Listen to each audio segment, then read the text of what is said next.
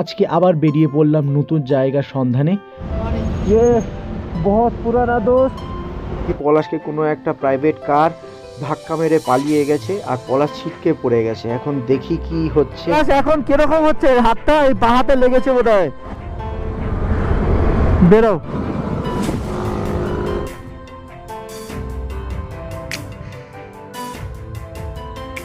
জানি না আমাদের মতনই পোপট হয়ে যাবে। আবার চলে এসেছি কুরুম্বেরা ফোর্টে।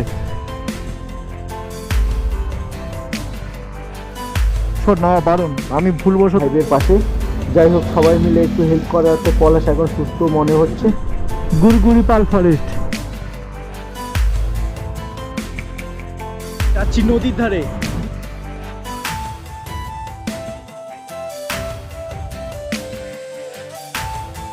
কথা বলতে এতক্ষণ পর পলাশ একটা ভালো কাজ করলো।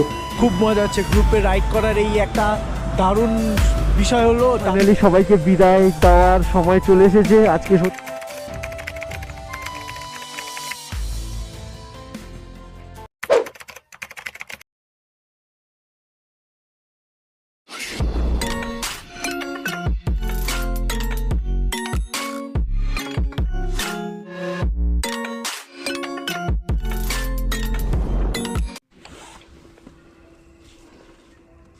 তো গুড মর্নিং বন্ধুরা, গুড মর্নিং ফ্রম মাইজুপেক আর বাংলাতে।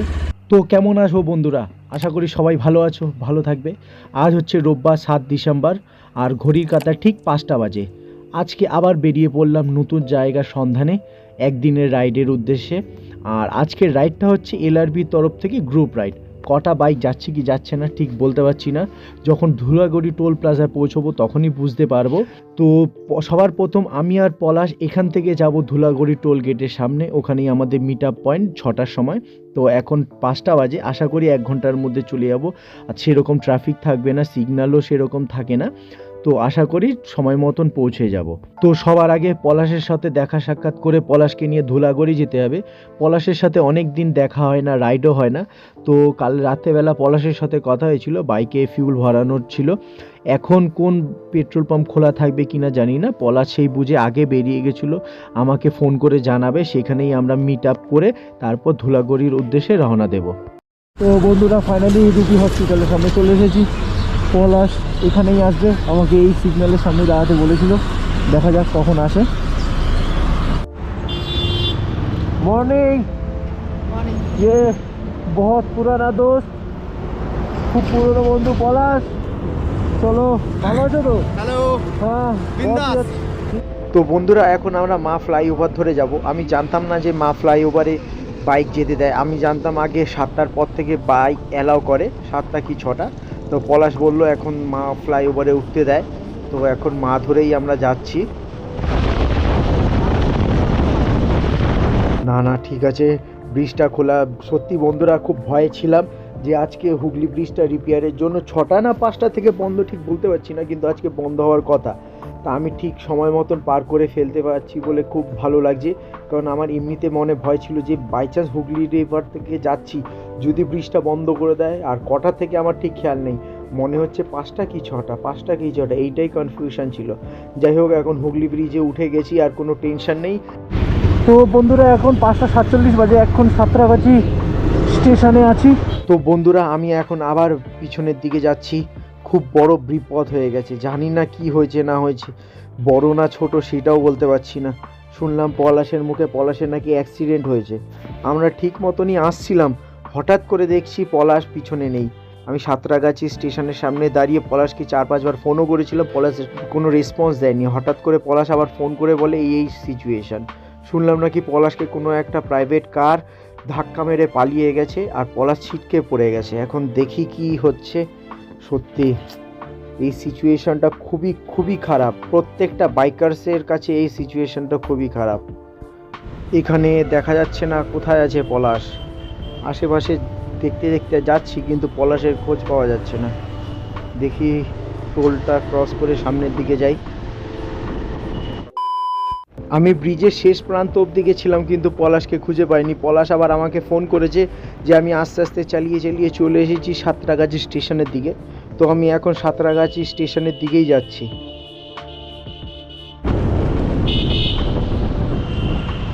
কি হয়েছে?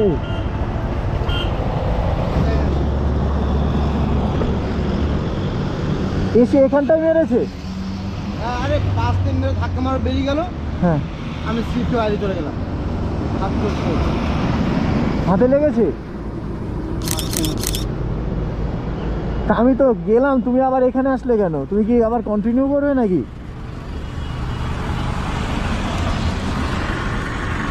গাড়ির নাম্বার দেখেছো? পড়ে গেছিলাম আমি, ঘড়িতে হাতে লেগেছে। কোন জায়গাতে মেরেছে? আরে ওই তো ওখানে ক্যামেরা লাগানো আছে না? সত্যি দেখো কিভাবে জিনিসটা ইয়ে করেছে, পা রাখার জায়গা নেই। এখন কি হবে? মেরে পালিয়ে চলে গেছে। আর বাঁ দিক চেপে পড়েছে, হাতেও লেগেছে খুব। সত্যি বন্ধুরা, এই রাইডিং জ্যাকেট ছিল বলে হাতটা বেঁচে ভালো আছে। আসো আসো, সামনে আসো। ও দেখো, পা রাখার জায়গা নেই। দেখে সত্যি খুব খুব বাজে জিনিসটা হয়েছে।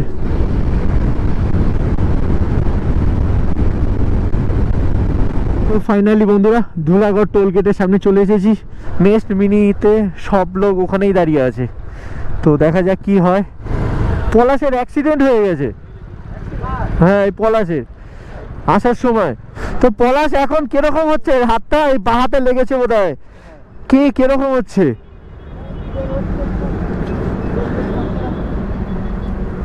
এখানে বাইক রেখে যাবে আমাদের সাথে? যাবে না, গেলে বাইক নিয়ে যাবো। এই অবস্থায় কি করে রাইড করবে?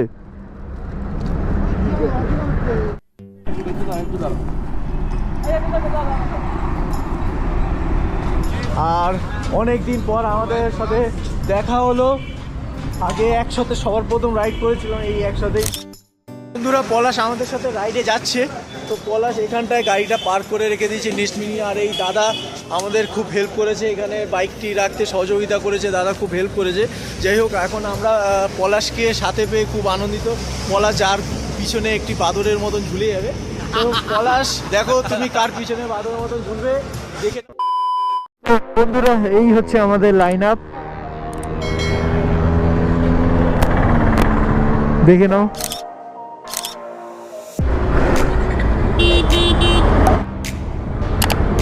বেরো।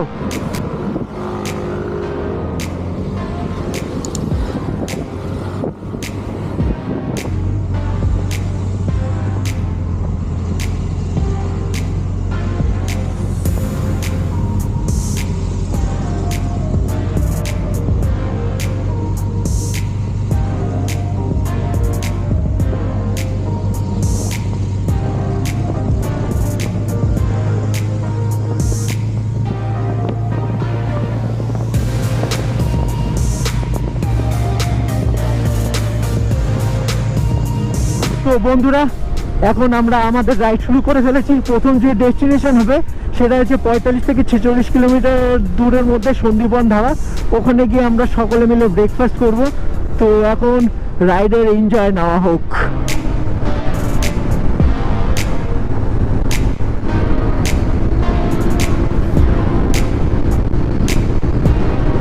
চলে আসলাম কোলাঘাট ব্রিজে।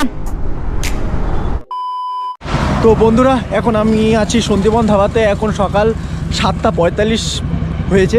তো কিছু লোক আসছে আর কিছু লোক ওই কোলাঘাট ব্রিজে দাঁড়িয়ে রয়েছে ফটো তোলার জন্য। তো গ্রুপে যদি রাইড করতে বেরোই, এই প্রবলেমটা ফেস করতেই হবে। কেউ পিছিয়ে কেউ আস্তে আস্তে চালাবে, কেউ অনেক দূরে আছে, কেউ কোথায় দাঁড়িয়ে ফটো তুলবে, এইগুলো হয়ে থাকে। আমি তো গ্রুপে রাইডে বেরোলে এই জিনিসটা পসিবল হয়ে ওঠে না। তা এখন আমরা এখানে দাঁড়িয়ে রয়েছি, এখান থেকে ব্রেকফাস্ট করে নেক্সট ডেস্টিনেশনের দিকে বেরিয়ে যাব।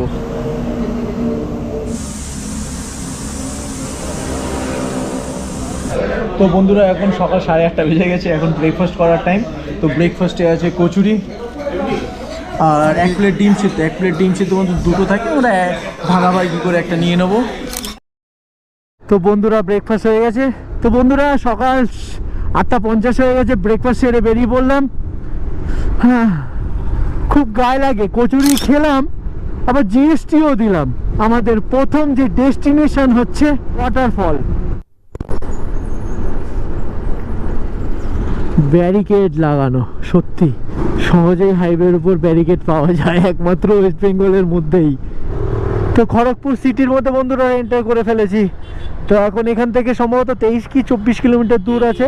প্রথম ডেস্টিনেশনের খুবই কাছে আছি আমরা। এই প্রথম আমি খড়গপুর সিটির মধ্যে দিয়ে যাচ্ছি, জানি না কোথা দিয়ে নিয়ে যাচ্ছে গুগল বাবা, কিন্তু আমি ম্যাপ লাগাইনি, রাজদীপদা ম্যাপ লাগিয়েছে, তা রাজদীপদাকে অনুসরণ করেই আমি যাচ্ছি।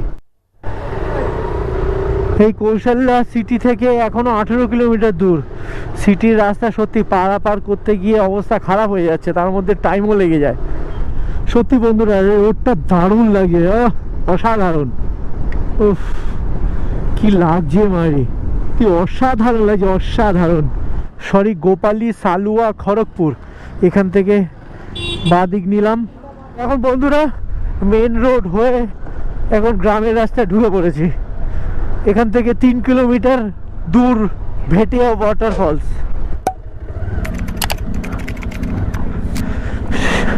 মনে হচ্ছে ওয়াটারফলসের জল শুকিয়ে গেছে।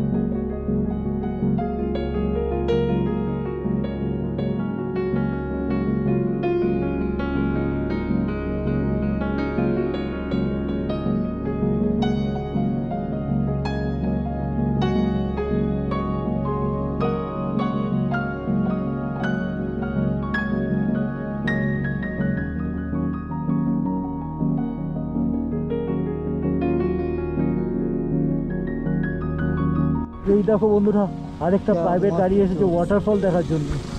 জানি না আমাদের মতনই পোপট হয়ে যাবে।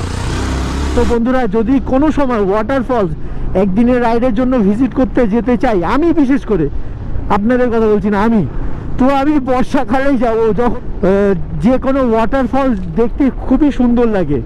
আর তার থেকে বড় কথা, মনসুন টাইম ছাড়া যদি ওয়াটারফল দেখতে যাই এরকম পোপট হয়ে যেতে হবে। তো একটু হয়তো কষ্ট হবে বৃষ্টিতে ভেজা বা রেনকোট পরে চালানো, কিন্তু তবুও অনেক ভালো। যেই কাজের জন্য, যেই জিনিসের জন্য আমরা রাইডে বেরিয়েছি সেই রাইডটা সফল হবে। আমরা এসেছিলাম ডান দিক থেকে, এখন আমরা যাচ্ছি বাইরের দিকে। তো এখান থেকে যাচ্ছি কুরুম্বেরা ফোর্ট। উফ দেখো বন্ধুরা, সত্যি ব্যাপক লাগছে মাইরি, ব্যাপক লাগছে। ও এই গভীর জঙ্গল থেকে যদি রাত্রেবেলা আসতে পারতাম, হাতিগেরিয়া অরণ্য, এই জঙ্গল থেকে যদি রাত্রেবেলা ক্রস করতাম না, ব্যাপক লাগতো। ফগ লাইটের আলো মাঝখান থেকে যাচ্ছি। আবার চলে এসেছি কুরুম্বেরা ফোর্টে। তো বন্ধুরা এই কুরুম্বেরা ফোর্ট ভিজিট আমার সেকেন্ড টাইম। আগেও আরেকবার এসেছিলাম, তখন অন্য বাইকার্সদের সাথে এসেছিলাম, একদিনের জন্য শুধু কুরুম্বেরা ফোর্ট ভিজিট করে চলে গেছিলাম।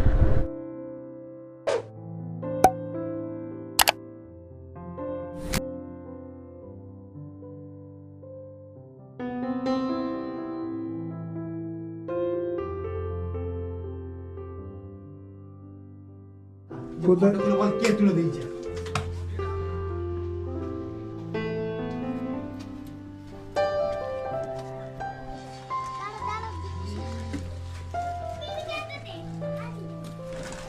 আমি খাবো না।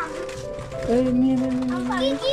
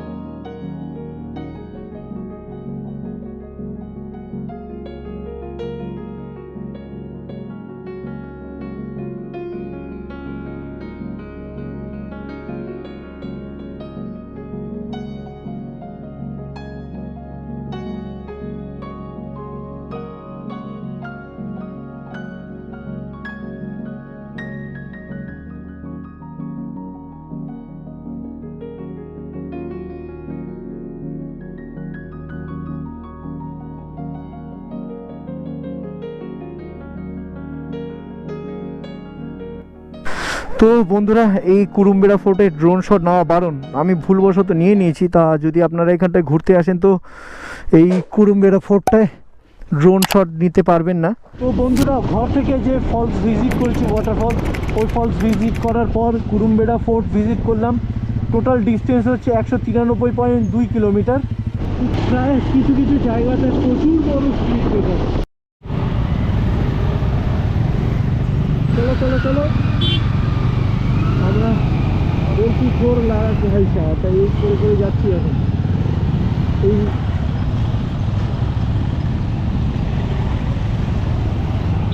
হঠাৎ করে রাস্তায় যেতে যেতে পলাশ বলছে আমার খুব শরীর খারাপ লাগছে, তা বলেই এখানে শুয়ে পড়েছিল হাইওয়ের পাশে। যাই হোক, সবাই মিলে একটু হেল্প করাতে পলাশ এখন সুস্থ মনে হচ্ছে। তো সত্যি কথা বলতে এখান থেকে আর মাত্র 7 কিলোমিটার গুড়িগুড়িপাল ফরেস্ট। তো ওখানে গিয়েই আমরা ভাবছিলাম পলাশকে খাইয়ে দিয়ে রেস্ট করাবো। তো হঠাৎ করে যেতে যেতেই পলাশের শরীরটা খুব খারাপ করে ফেললো এখানটায়। দেখা যাক কি হয়। বন্ধুরা, দেখতেই পারছো সত্যি পলাশ ব্যথা সহ্য করতে না পেরে শুয়ে পড়েছিল। যাই হোক, আমরা সবাই মিলে হেল্প করেছি। রাইড করার একটাই সুবিধা, একে অপরকে কখনো ফেলে যাবে না। একজনের সমস্যা হবে, আরেকজন ঠিক দেখবে। আবার সেই ঘুরে খড়গপুরের সেই গোল জায়গাটা চলে এসেছি, ওই যে আমাদের বিদ্যাসাগর স্ট্যাচু। তো বন্ধুরা, এই জায়গাটা হচ্ছে হাতি করিডোর। যদি এখান থেকে হাতি পারাপার করার ভিডিও যদি একটু তুলতে পারতাম, সত্যি দারুণ হয়ে যেত। একবারই দেখেছিলাম, সেটা নর্থ সিকিম যাওয়ার সময়। এই যে চলে এসেছি গুড়িগুড়ি পাল না গুড়গুড়ি পাল জানি না, তো এইটাই হচ্ছে গুড়গুড়ি পাল ফরেস্ট। তো বন্ধুরা, ফাইনালি চলে এসেছি আমরা আমাদের লাস্ট ডেস্টিনেশন। এখানেই আমরা দুপুরের খাওয়া দাওয়া করব, অরণ্য সুন্দরী হোটেল অ্যান্ড রেস্টুরেন্ট। তো বন্ধুরা, দেখিয়ে দিই দুপুরবেলা খাওয়া দাওয়া হচ্ছে। সরি, এখানে বলা ছিল ননভেজ, কিন্তু আমরা ভেজ নিয়েছি। টোটাল 12টা না 13টা প্লেট এখানে ননভেজ বলা ছিল, কিন্তু কালকে আমাদের ওখানে পুজো ছিল, যার জন্য আমি খাওয়া দাওয়াটা একটু বেশি হয়ে গেছে, খিচুড়ি খেয়েছিলাম, যার জন্য এখন ননভেজটা অ্যাভয়েড করার চেষ্টা করছি। পেটটা যাতে ভালো থাকে আর ঠিক মতন বাড়ি পৌঁছে যেতে যেন পারি। বাবা, তেল দেখো, এ তো মাথায় মাখার পরও গায়ে মাখা যাবে।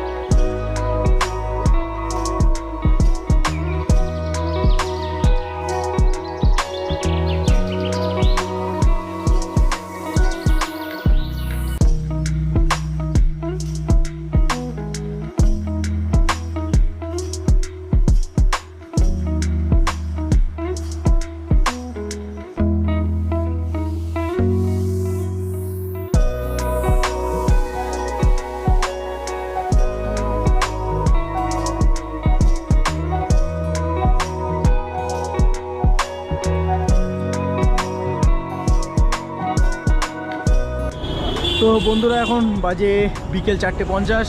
এখন আমরা যাচ্ছি নদীর ধারে, গুড়গুড়িপাল ফরেস্ট ঘুরে এসেছে এরা। তো গুড়গুড়িপাল ফরেস্টের দিকে যাইনি আমি, তো এখন নদীর ধারে যাচ্ছি। নদীর ধারে গিয়ে ড্রোন শটটা দেখাবো, কি দারুণ লাগবে। আমার দার্জিলিং ঘোরা হয়।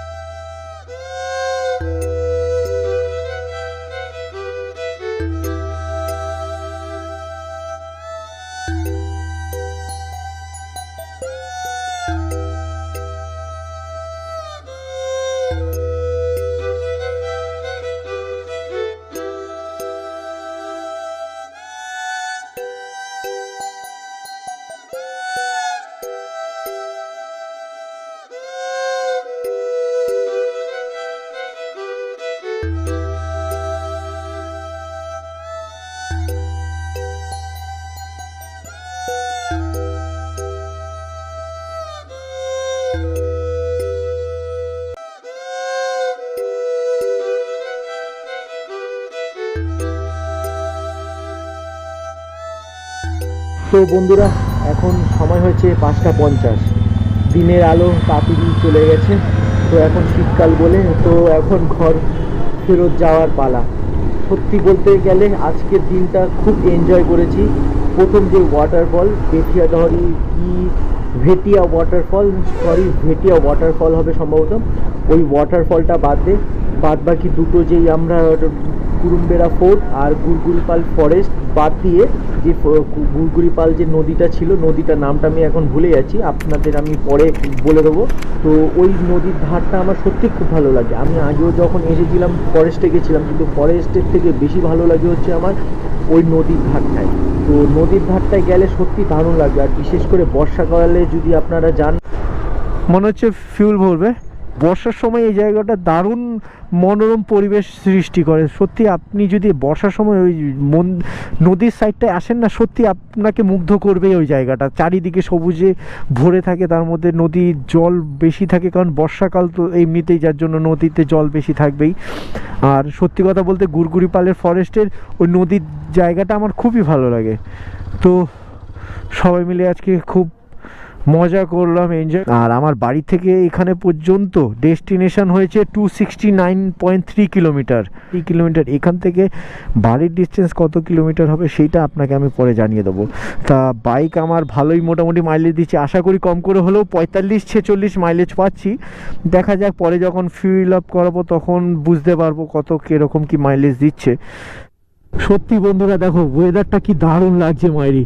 জঙ্গলের মাঝখান থেকে আমরা বাইকার্সরা যাচ্ছি ফগ লাইট জ্বালিয়ে, কিছু কিছু বাইকে ফগ লাইট লাগানো নেই, তাদেরকে আমরা পিছন থেকে আলোকিত করছি। তো সত্যি দারুণ লাগছে। তো বন্ধুরা এখানে আমরা আধ ঘন্টার উপরে দাঁড়িয়েছিলাম, পলাশ ডাক্তার দেখাচ্ছিল। এই সামনেই একটা ডাক্তারের চেম্বার ছিল, সেখান থেকে ডাক্তার দেখিয়ে ওষুধ খেয়ে এসেছে। তো সত্যি কথা বলতে এতক্ষণ পর পলাশ একটা ভালো কাজ করলো, সেই সকালবেলা লেগেছে আর এখন ওষুধ খাচ্ছে। বলতে পারছি না কীরকম কি ব্যথা থাকবে। যাই হোক, যদি বন্ধুরা পলাশের ব্যথা কমে তো পলাশ বাইকটা নিয়ে বাড়ির দিকে যাবে, আর যদি না থাকে তো বাইকটা ওখানেই রেখে অন্য কোনো ব্যবস্থা করতে হবে। তো এখন দেখা যাক, সময়ের উপর ডিপেন্ড করছে। পলাশ বলল আমি ডাক্তারকে বলে বেশি পাওয়ারের পেন কিলার দিয়ে নিয়েছি। উরি বাপরে কি ভিড় দেখো, যাওয়ার সময় এরকম ভিড় ছিল না। উরিত্তা ও দোস্ত কি ভিড়। তো বন্ধুরা এখন আমাদের হচ্ছে টি টাইম, এখন 7:50 বাজে। ডেবরা টোল গেট ক্রস করে আমরা এখানে একটা চায়ের দোকান আছে, এখানেই দাঁড়িয়ে রয়েছি। এই দেখো হাইওয়ে, ওই সামনেই টোল গেটের পরেই বাঁ দিকেই একমাত্র এই চায়ের দোকানটা আছে। তো এই চায়ের দোকানেই দাঁড়িয়ে আমরা চা খাওয়া হলো। তো এবার এখান থেকে রওনা দেওয়া হবে বাড়ির উদ্দেশ্যে। মনে হয় ধুলাগড়ি টোল গেটের সামনে ওখানটা দাঁড়ানো হবে, কারণ পলাশের বাইকটা ওখানটায় আছে, ওখান থেকে নিয়ে হাই বাই করে তারপরে গুড নাইট বলে তারপর যে যার বাড়ির উদ্দেশ্যে রওনা হবে। তো ধুলাগড় টোল গেটের সামনে ওইটাই আমাদের লাস্ট মিট আপ পয়েন্ট বাড়ি যাওয়ার আগে। তো সত্যি খুব মজা হচ্ছে, সত্যি বলছি খুব মজা হচ্ছে। গ্রুপে রাইড করার এই একটা দারুণ বিষয় হলো, দারুণ এনজয় করতে পারবে আর তার সবার সাথে। সত্যি কাউকে চেনো আর না চেনো, গ্রুপের রাইডে একবার যদি বেরো সবার সঙ্গে পরিচয় হয়ে যাবে, মনে হবে অনেক দিন ধরে তাদের সাথে আলাপ আছে। তো এই বিষয়টা আমার সত্যি দারুণ লাগে, এই জিনিসটা আমার খুব দারুণ লাগে। ভেবেছিলাম 9টা 9:30 মধ্যে বাড়িতে পৌঁছে যাবো, কিন্তু আর হলো না। 9টা এখানেই বাজে, কোলাঘাটে 9টা বাজে। তো পলাশ এখন যাচ্ছে পলাশের বাইকটা আনতে। কটা বাজে? 9:50 হয়েছে। তো ফাইনালি বন্ধুরা ধুলাগড়ি টোল গেট চলে এসেছি।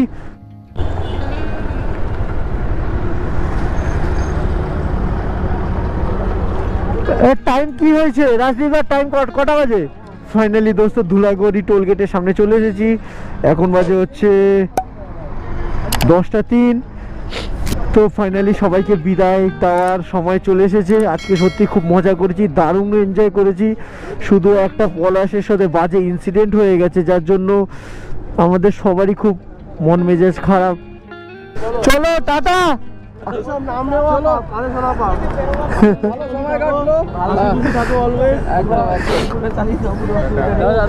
চলো চলো, একদম একদম একদম আবার রাইড হবে, একদম। চলো আবার কথা হবে, আবার ইয়ে হবে।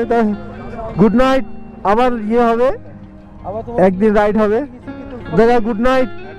একদম আরেকটা মিস করছি অর্ণবদার ডান্স, এখন যদি থাকে ডান্স করবে। জয় শ্রীরাম। খুব ভালো। ও রাজেশ দা জয় শ্রীরাম। এই যে জয় শ্রীরাম, জয় শ্রীরাম, জয় শ্রীরাম। আসছি। আজকে খুব মজা পেয়েছি, সত্যি দারুণ মজা হয়েছে।